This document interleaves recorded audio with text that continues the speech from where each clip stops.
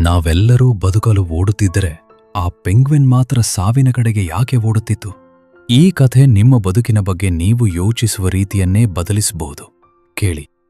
ಸುತ್ತಲೂ ಮಂಜು, ಸಾವಿರಾರು ಪೆಂಗ್ವಿನ್ಗಳ ಅಬ್ಬರ. ಪ್ರತಿಯೊಂದು ಪೆಂಗ್ವಿನ್ ಸಮುದ್ರದ ಕಡೆಗೆ ಓಡುತ್ತಿದೆ. ಯಾಕೆಂದ್ರೆ ಅಲ್ಲಿ ಆಹಾರವಿದೆ, ಅಲ್ಲಿ ಬದುಕಿದೆ. ಆದರೆ ಆ ಗುಂಪಿನ ನಡುವೆ ಒಬ್ಬ ಹುಚ್ಚ ಇದ್ದಾನೆ. ಆತ ಈ ಗುಂಪಿನ ಭಾಗವಾಗಲು ಬಯಸಿಲ್ಲ.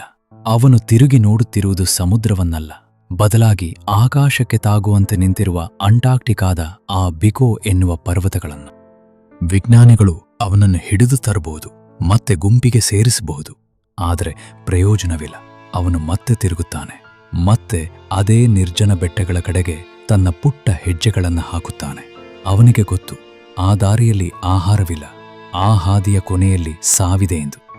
ಆದರೂ ಆತ ನಡೆಯುತ್ತಿದ್ದಾನೆ. ಕೆಲವೊಮ್ಮೆ ಬದುಕು ಅಂದ್ರೆ ಕೇವಲ ಹೊಟ್ಟೆ ತುಂಬಿಸಿಕೊಳ್ಳುವುದಲ್ಲ. ಎಲ್ಲರೂ ಹೋಗುವ ದಾರಿಯಲ್ಲಿ ಹೋಗುವುದು ಸುಲಭ, ಆದರೆ ತನ್ನದೇ ಆದ ಗುರಿಯಿಲ್ಲದ ಹಾದಿಯಲ್ಲಿ ಏಕಾಂಗಿಯಾಗಿ ನಡೆಯುವುದಿದೆಯಲ್ಲ, ಅದುವೇ ನಿಜವಾದ ಸ್ವಾತಂತ್ರ್ಯ.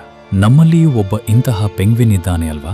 ಜಗತ್ತಿನ ಈ ಓಟದ ನಡುವೆ ಎಲ್ಲವನ್ನೂ ಬಿಟ್ಟು ದೂರ ಎಲ್ಲಿಗೋ ಹೋಗಿಬಿಡಬೇಕು ಅನಿಸುವ ಆ ಮನಸ್ಥಿತಿ. ಆ ಪೆಂಗ್ವಿನ್ ಸೋತಿದ್ದಲ್ಲ, ಅವನು ಈ ವ್ಯವಸ್ಥೆಯ ವಿರುದ್ಧ ತನ್ನದೇ ಆದ ರೀತಿಯಲ್ಲಿ ಗೆದ್ದಿದ್ದಾನೆ.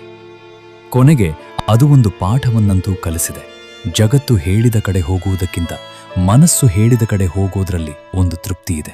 ನಿಮ್ಮ ಮನಸ್ಸು ಕೂಡ ಯಾವುದೋ ಒಂದು ಕ್ಷಣದಲ್ಲಿ ಈ ಪೆಂಗ್ವಿನ್ನಂತೆ ಯೋಚಿಸಿದೆಯಾ? ಕಾಮೆಂಟ್ಸ್ನಲ್ಲಿ ತಿಳಿಸಿ. ಇದೇ ರೀತಿಯ ಮನೋಜ್ಞ ಕಥೆಗಳಿಗಾಗಿ ಫಾಲೋ ಮಾಡಿ. ಸಿಗೋಣ ಮುಂದಿನ ವಿಡಿಯೋದಲ್ಲಿ.